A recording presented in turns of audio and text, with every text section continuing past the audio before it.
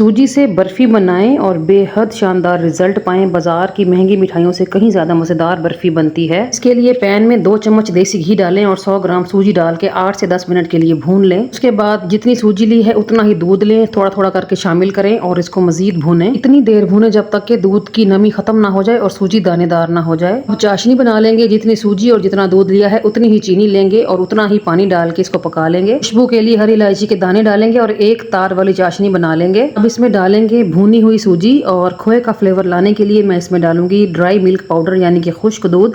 3 चम्मच डाल के मुसलसल भूनते जाएंगे जब तक के सूजी डो की फॉर्म में आके पैन को ना छोड़ दे। उसके बाद हम सूजी को सेट करेंगे। ग्रीस की हुई ट्रे में सूजी को सेट करेंगे और 2 घंटे के लिए फ्रिज में रख दें। 2 घंटे के बाद बर्फी को डिश आउट करें और अपनी मर्जी की कटिंग कर लें। मैंने इसके ऊपर चांदी के वर्क भी लगाए हैं। लें जी, बहुत ही नरम और खोए मलाई वाली बर्फी बनके रेडी हो गई है। चैनल पे मुकम्मल तफसील के साथ वीडियो मौजूद है, जरूर देखें और सब्सक्राइब भी करें।